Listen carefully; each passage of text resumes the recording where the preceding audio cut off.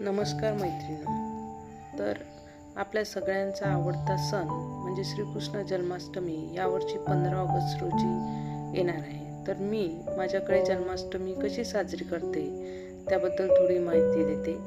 सर्वप्रथम मी गणपती पूजन करून घेते. त्यानंतर बालगोपाल यांचा अभिषेक म्हणजे शहद, त्यानंतर दही, दूध,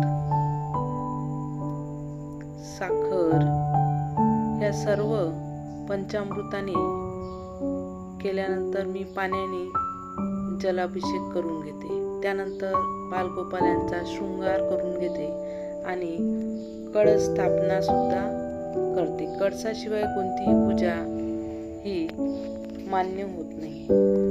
त्यानंतर बालगोपाळ यांचा शृंगार झाल्यानंतर डेकोरेशन सोबत केले आहे काही बघा.